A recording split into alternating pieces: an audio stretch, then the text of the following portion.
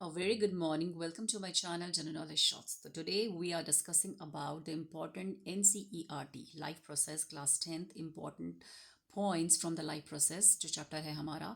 और जो भी मैं अपना जो डेली जो वीडियोस में डाल रही हूँ ये सारे एनसीईआरटी के इम्पोर्टेंट की पॉइंट्स हैं, इंपॉर्टेंट टॉपिक्स हैं। और वन लीनियर जो है ये वन वर्ड के जो हैं वो अपने शेयर कर रही हूँ डेली अपने शॉर्ट्स में और अपने पोस्ट में।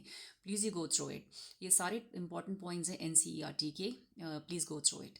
तो लाइफ प्रोसेस से इंपॉर्टेंट एनसीईआरटी के इंपॉर्टेंट पॉइंट्स। तो complete digestion take place in small intestine. तो पूरा जो भी हमारा कार्बोहाइड्रेट्स है, फैट्स है या हमारे प्रोटीन्स होते हैं, इन तीनों चीज़ों का डाइजेशन होता है स्मॉल इंटेस्टाइन के अंदर एक साथ। क्योंकि हमारा डाइजेशन कहाँ से स्टार्ट होता है, वेरी वेरी इंपॉर्टेंट कि हमारा जो डाइजेशन है वो माउथ से स्टार्ट होता है।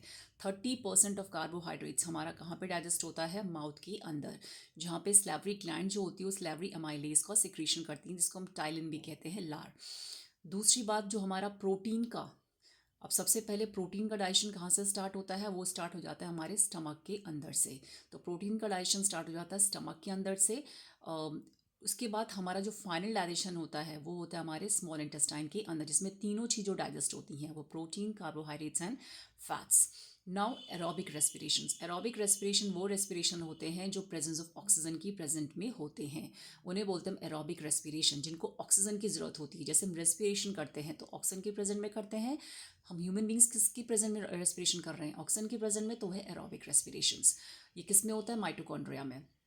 नाउ ग्लाइकोलिसिस में जो होता है वो किस में होता है, दो पार्ट होते हैं। देखो हमारे जो क्रेब्स साइकिल एंड ग्लाइकोलिसिस जो होते हैं वो रेस्पिरेशंस के इंपॉर्टेंट साइकिल्स होते हैं हमारे। तो इसमें क्या होता है, जो ग्लाइकोलिसिस होता है वो किस में, बहुत बारी क्वेश्चन पूछा जाता है, तो ग्लाइकोलिसिस जो होता है वो कौन से वाले पार्ट में होता है, वो होता है साइटोप्लाज्म में। ठीक है, तो glycolysis take place in cytoplasm. Now total कितने एटीपीज प्रोड्यूस होते हैं एरोबिक रेस्पिरेशन में, तो 36 एटीपीज प्रोड्यूस होते हैं एरोबिक रेस्पिरेशन के अंदर। It's very very important. Now anaerobic respiration. Anaerobic respiration क्या होता है, वो रेस्पिरेशन होता है एनारोबिक जिसको in the absence of oxygen होता है, जो बिना ऑक्सीजन की प्रेजेंस भी हो सकता है, उसको बोलते हैं एनारोबिक रेस्पिरेशन। अब मसल सेल्स में ये क्या प्रोड्यूस करता है, लैक्टिक प्रोड्यूस करता है, लैक्टिक एसिड का प्रोडक्शन करता है। इसीलिए जब हम हैवी एक्सरसाइज करते हैं तो हमारी मसल्स उसके बाद पेन करने लग जाती हैं, तो because of the deposition of lactic acid. तो यही क्या होता है, बिकॉज ऑफ एनारोबिकली वो रिस्पायर करने लग जाती हैं तो वो लैक्टिक एसिड का प्रोडक्शन करती हैं। तो लैक्टिक एसिड प्रोड्यूस करती हैं मसल्स में एनारोबिक रेस्पिरेशन के द्वारा, और ethanol and carbon dioxide in energy produce करती है ईस्ट के अंदर। ये बहुत बार पूछा जाता है कि ईस्ट में क्या क्या प्रोड्यूस होता है, ethanol and carbon dioxide and lactic acid in muscles. Xylem, water and minerals transport bye xylem में जो वाटर मिनरल्स ट्रांसपोर्ट होता है, क्योंकि वाटर मिनरल कौन एब्जॉर्व कर रहा है, रूट से एब्जॉर्व करते हैं। और कौन से सेल्स उसमें मदद करते हैं, वो है जाइलम एंड फ्लोएम। तो xylem and phloem plant tissue के अंदर आते हैं एंड वाटर एंड मिनरल्स का ट्रांसपोर्ट करते हैं जाइलम। जाइलम जो होता है वो कैसे, कुछ प्रेशर के द्वारा पानी को ऊपर ले जाता है, सक्शन प्रेशर के द्वारा वो पानी को रूट से हमारे डिफरेंट डिफरेंट पार्ट्स में ले जाता है by the suction pressure. Phloem क्या करता है, फ्लोएम हमारे फूड का ट्रांसपोर्ट करता है प्लांट के अंदर, प्लांट सेल्स, ये प्लांट टिश्यूज़ के अंदर आता है। ये कॉम्प्लेक्स टिश्यूज़ होते हैं प्लांट टिश्यूज़ के अंदर। ये क्या ट्रांसपोर्ट करता है, ये ट्रांसपोर्ट करता है फूड। और ये बहुत बार पूछा जाता है कि जो फ्लोएम ट्रांसपोर्ट करता है वो बाई डायरेक्शनल करता है, जाइलम जो पानी को ट्रांसपोर्ट करता है वो यूनी डायरेक्शनल करता है। दो इंपॉर्टेंट कीवर्ड्स है, unidirectional in xylem and phloem in the bidirectional. Very very important. ये कॉम्प्लेक्स टिश्यू के अंदर आते हैं, दो टाइप के टिश्यूज़ होते हैं, मेरिस्टेमेटिक एंड हमारे परमानेंट टिश्यूज़ होते हैं। तो ये कॉम्प्लेक्स क्या आता है, परमानेंट भी दो टाइप के होते हैं, सिंपल एंड कॉम्प्लेक्स। तो कॉम्प्लेक्स परमानेंट टिश्यू के अंदर आते हैं जाइलम एंड फ्लोएम।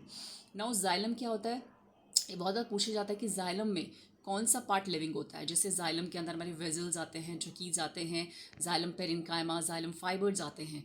तो यही एकमात्र पार्ट होता है जाइलम के अंदर जो लिविंग होता हुआ है, xylem parenchyma. The only part in xylem which is living is called xylem parenchyma.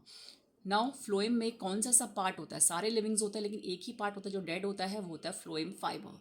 तो फ्लोएम फाइबर क्या होता है, वो ही एकमात्र एक ऐसा सेल्स होते हैं फ्लोएम के अंदर जो क्या होते हैं, डेड होते हैं, वो है फ्लोएम फाइबर।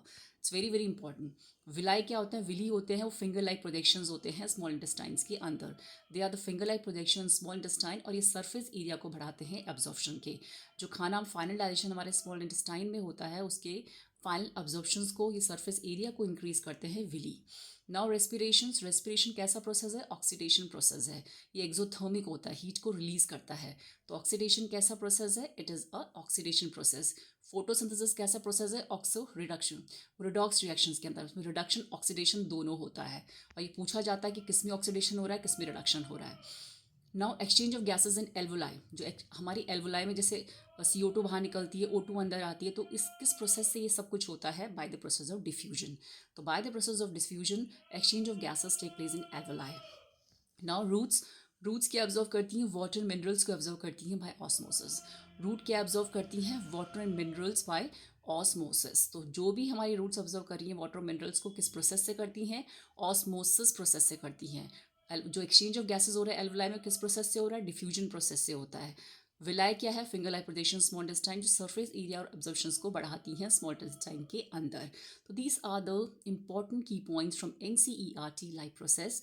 ये अभी कुछ ही पार्ट है, ऐसे ऐसे मैं डेली सारे वीडियोस लाती रहूँगी regarding the NCERT important topics, and please you go through it, and if you're liking my video please comment, please share, and please like also. Thank you.